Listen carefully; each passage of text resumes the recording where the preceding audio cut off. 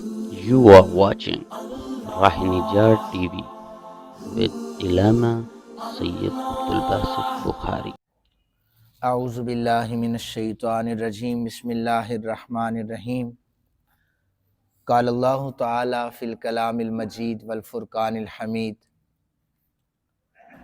لا يتخذ المؤمنون الکافرین اولیاء من دون المؤمنین ومن يفعل ذلك فليس من اللہ فی شیء الا ان تتقوا منهم تقات ويحذركم اللہ نفسہ وإلى الله المصير قل إن تخفوا ما في صدوركم أو تبدوه يعلمه الله ويعلم ما في السماوات وما في الأرض والله على كل شيء قدير يوم تجد كل نفس ما عملت من خير محضرا وما عملت من سوء تود لو أن بينها وبينه أمدا بعيدا وَيُحَذِّرُكُمُ اللَّهُ نَفْسَهُ وَاللَّهُ رَءُوفٌ بِالْعِبَادِ صدق اللہ مولانا العظیم۔ آیات لمبی تھی اس لیے میں نے خود ہی تلاوت کی ہے، ترجمہ سماعت فرمائیے۔ رب ذوالجلال ارشاد فرماتے ہیں، ایمان والے مومنوں کے سوا کافروں کو دوست نہ بنائیں، اور جس نے ایسا کیا وہ اللہ کی حمایت میں بالکل نہیں ہے، ما سوا اس صورت کے کہ تم ان سے بچاؤ کرنا چاہو۔ اللہ تمہیں اپنی ذات کے غضب سے ڈراتا ہے اور اللہ ہی کی طرف لوٹ کر جانا ہے۔ آپ فرمائیے جو کچھ تمہارے سینوں میں ہے تم اس کو چھپاؤ یا ظاہر کرو، اللہ کو علم ہے، اور جو کچھ آسمانوں زمینوں میں ہے اللہ تعالیٰ کو اس کا بھی علم ہے، اور اللہ ہر چیز پر قادر ہے۔ وہ دن جس میں ہر شخص اپنی کی ہوئی نیکی کو حاضر پائے گا اور اپنی کی ہوئی برائی کو بھی، اور یہ خواہش کرے گا، اس شخص کے اور اس دن کے درمیان بہت زیادہ فاصلہ ہوتا، اور اللہ تمہیں اپنی ذات کے غضب سے ڈراتا ہے، اللہ بندوں پر نہایت مہربان ہے۔ یہ ان آیات کا ترجمہ ہے۔ ان آیات میں کفار کے ساتھ مسلمانوں کی دوستی کے حوالے سے بیان کیا گیا ہے۔ دیکھیں، جب ہمارے اعمال قرآن و حدیث کے منافی ہوں گے، اسلام کے اگینسٹ ہم چلیں گے، تو کبھی بھی نہ ہی ہم ترقی کر سکتے ہیں، نہ ہی ہماری معیشت ترقی کر سکتی ہے۔ قرآن کریم کا یہ فیصلہ کہ جو ایمان والے ہوتے ہیں، یہ مومنین، جو ایمان والے جو ہوتے ہیں مومنین، یہ کفار سے دوستی نہیں کر سکتے، جبکہ ہمارے جتنے بھی اسلامی ممالک ہیں ان تمام کی دوستیاں غیروں کے ساتھ ہیں۔ تو یہ چیزیں اسلام نے تو ان سے منع فرمایا ہے، لیکن ہم بڑی خوش اسلوبی سے ان تمام چیزوں کو وہ نبھاتے ہیں۔ اللہ تعالی ہم سب کو ان سے بچنے کی توفیق عطا فرمائے۔ اس کی مثالیں میں احادیث سے دے رہا ہوں۔ حضرت ابن عباس، اور یہ جو احادیث میں سنا رہا ہوں یہ شان نزول ہے ان آیات کے۔ ابن عباس رضی اللہ تعالی عنہ فرماتے ہیں کہ یہودیوں میں سے کچھ انصار صحابہ کی یہودیوں کے ساتھ باطنی تعلق تھے، رشتہ داریاں بھی تھی، تو وہ جو انصاری صحابی تھے اس کے حوالے سے وہ دوستی ان سے رکھتے تھے، میل جول رکھتے تھے، اور ان کے اچھے تعلقات تھے۔ تو اس وقت قرآن پاک کی یہ آیہ مبارکہ نازل ہوئی کہ مسلمان جو ہیں، مومن جو ہیں، وہ کافروں سے دوستی نہیں کر سکتے۔ پھر اسی طرح ایک اور مفسرین کرام نے اس کا شان نزول لکھا ہے۔ حضرت شیر خدا کرم اللہ وجہہ الکریم کو نبی رحمت صلی اللہ علیہ وآلہ وسلم نے دو اور صحابہ کے ساتھ روزہ خاک، یہ مکہ کے قریب ایک جگہ ہے، وہاں پر بھیجا کہ ایک عورت سفر کر رہی ہے، اس عورت کے پاس ایک خط ہے، وہ خط لے آؤ۔ قافلے میں جا کر شیر خدا پہنچے تو ڈھونڈنے سے اس عورت کی جو نشانیاں سید عالم صلی اللہ علیہ وآلہ وسلم نے بتائی تھی، اس کے مطابق اس کے پاس گئے، اس کو بولا کہ خط ہمارے حوالے کرو۔ اس نے کہا میرے پاس کوئی خط نہیں ہے۔ تو سختی کا اظہار صحابہ کرام نے کیا۔ حدیث میں اور الفاظ ہیں لیکن یہاں پر میں استعمال کر رہا ہوں کہ سختی کے الفاظ صحابہ، حدیث میں اس سے سخت الفاظ ہیں، تو صحابہ کرام نے جو سختی کے الفاظ استعمال کیے تو اس نے یہ اپنی جو بال ہیں جوڑا یہاں سے خط نکال کر حضرت شیر خدا کے ہاتھ میں دیا۔ یہ عقیدہ بھی ہے کہ ہمارے پاک نبی صلی اللہ علیہ وآلہ وسلم کہاں تشریف فرمائیں، عورت کے پاس خط ہے اور خط بھی اس کے جوڑے کے اندر ہے۔ میرے آقا کریم نے بتایا ہے کہ خط اس کے پاس موجود ہے، اس لیے ہم اپنے نبی جیسے ہرگز نہیں ہو سکتے۔ ہمارے نبی افضل البشر ہیں، بے مثل و بے مثال بشر ہیں اور وہ نورانی بشر ہیں۔ اس کے بعد جب خط ملا تو حضور نے فرمایا یہ خط حاطب نامی ایک شخص نے، وہ صحابی تھے، انہوں نے لکھا ہے، اور وہ خط مشرکین کو لکھا تھا، اور وہ خط رسول پاک صلی اللہ علیہ وآلہ وسلم کے اقدامات سے آگاہی تھی کہ حضور یہ اقدامات کرنے والے ہیں۔ تو اب ایک صحابی یہ کام کرے، سید عالم صلی اللہ علیہ وآلہ وسلم نے بلایا اور پوچھا کہ تم نے یہ ایسا عمل کیوں کیا ہے؟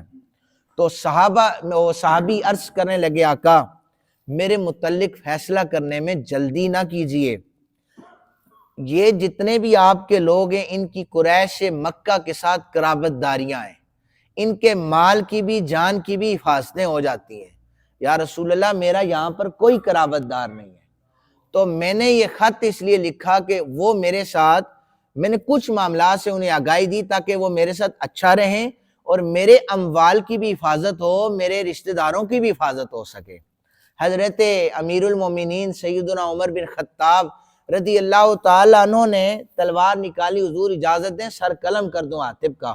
میرے آقا کریم صلی اللہ علیہ وآلہ وسلم نے فرمایا نہیں، تم نے ایسا نہیں کرنا، یہ سچ کہہ رہا ہے، اور یہ عاطب میرا وہ صحابی ہے جو بدر میں حاضر ہو چکا ہے، اور تمہیں پتہ ہے کہ بے شک اللہ تعالیٰ نے اہل بدر کو متوجہ کر کے فرمایا تھا کہ اب تمہیں عام معافی کا اعلان ہے، جنت تمہاری منتظر ہے، تم جو چاہو کرو۔ صحابہ کرام خیر ایسے اعمال میں تو نہیں گئے تھے، لیکن یہ جو چیز حضرت عاطب نے بیان کی، حضور نے فرمایا یہ سچ کہتا ہے۔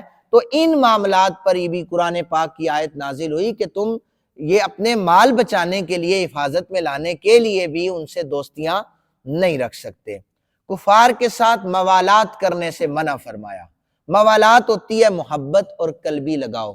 آج اس دور میں، دور پرفتن میں، ہماری یونیورسٹیز کے جتنے بھی لیکچرار حضرات کھڑے ہوتے ہیں وہ بیرون ممالک جتنے بھی ہیں، یورپ ممالک، ان کی مثالیں دیتے ہیں، فلاں نے یہ کر دیا، فلاں نے وہ کر دیا، ان کی مثالیں دیتے ہیں، جبکہ ہمارے سامنے اگر بہترین کسی معلم کی مثال دینی ہو تو وہ رسول پاک صلی اللہ علیہ وآلہ وسلم ہے، کسی بادشاہ کی مثال دینی ہو تو وہ امیر المومنین حضرت عمر بن خطاب ہے، اور اسی طرح آپ سیاست کو اٹھا کے دیکھیں، اس میں اگر مثال دینی ہو تو صحابہ کرام پیش ہیں، اسی طرح کاروباری لحاظ سے تجارت کی مثال دینی ہو تو وہ بھی صحابہ کرام کے نام موجود ہیں۔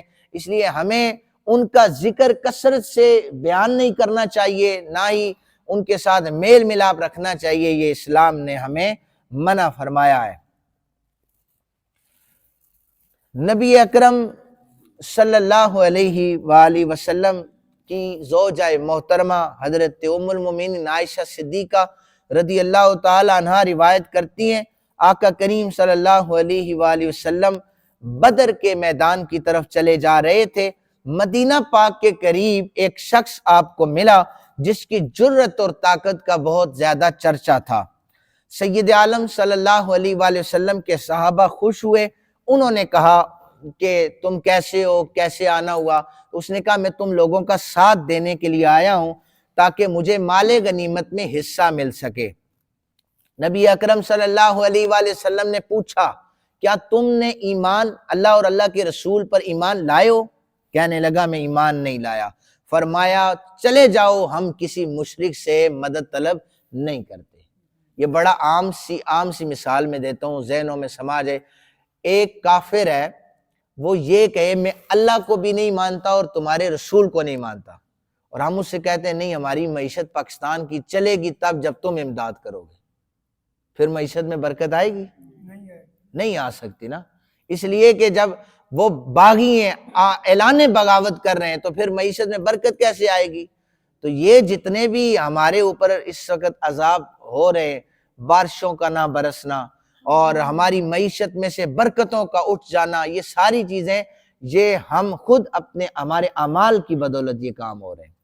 پھر میں قرآن پاک کی میرے سامنے اس وقت 10 سے زائد آیات موجود ہیں، 2-3 کا ترجمہ کرتا ہوں۔ فرمایا سورہ ممتحنہ میں، اے ایمان والو میرے اور اپنے دشمنوں کو دوست نہ بناؤ، ہم بنا رہے ہیں۔ اس کا مطلب ہے اللہ سے بغاوت، تم ان کو دوستی کا پیغام بھیجتے ہو حالانکہ انہوں نے حق سے انکار کیا ہے، اور جو تمہارے پاس حق آیا ہے یہ ہم اعلان بغاوت مسلمان کر رہے ہیں۔ اے ایمان والو، دوسری آیت ہے، ایمان والو ایسے لوگوں سے دوستی نہ کرو جن پر اللہ نے غضب فرمایا، بے شک وہ آخرت سے مایوس ہو چکے ہیں جیسے کفار قبر والوں سے مایوس ہو چکے ہیں۔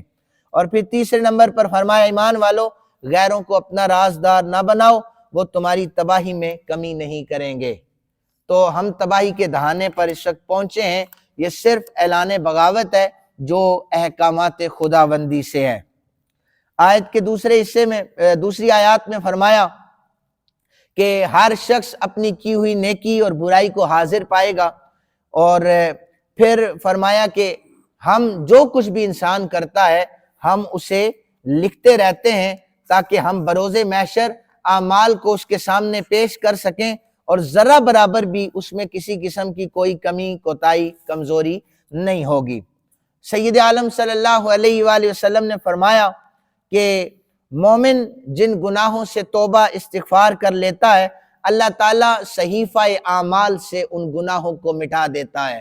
میں نے پچھلے ایک دن بھی عرض کی تھی کہ اللہ تعالیٰ صحیفہ اعمال سے توبہ کرنے سے وہ گناہ مٹا دیتا ہے، زمین کو بھی فرماتا ہے تو بھی بھول جا، فرشتے بھی اسے مٹا دیتے ہیں، میں اور آپ بھولنے کے لیے تیار ہی نہیں ہے۔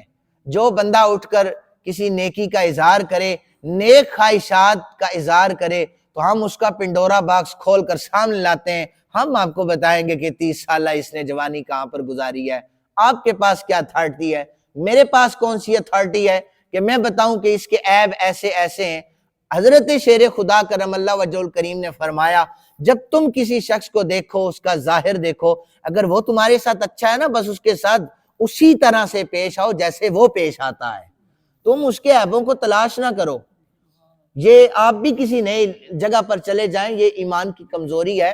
مجھے بھی یہاں پر 6 سال ہو گئے تو یہاں پر بھی ایسا ہوا ہے، میرے ساتھ بھی ہوا ہے کہ 4 بندوں کے پاس کھڑے ہو جاؤ مل لو تو فوراً دوسرا آ کے کہتا ہے بچ کے، آپ کو نہیں پتا۔ بھئی آپ کو کیا پتا ہے؟ ہم تو اس سے ویسے ملیں گے جیسے وہ ظاہراً ہم سے اچھا ہے، ہم تو اسی طرح ملیں گے، وہ کیسا ہے اس کے عیب کیسے ہیں یہ تو اللہ تعالیٰ بہتر جانتا ہے۔ اور سید عالم صلی اللہ علیہ وآلہ وسلم کے حوالے سے آپ کے دور میں آپ چونکہ اللہ تعالیٰ نے آپ کو علم غیب عطا کر رکھا تھا، تو علم غیب عطائی آپ کے پاس موجود تھا، تو آپ فرما دیتے تھے فلاں فلاں فلاں منافق ہے، اور اپنے صحابہ کو بتایا۔ اس دور میں ڈائریکٹلی ہم کسی کو منافق بھی نہیں کہہ سکتے، منافق تو غیب سے تعلق ہے، ہمیں کیا پتا کسی کے دل میں کیا چل رہا ہے۔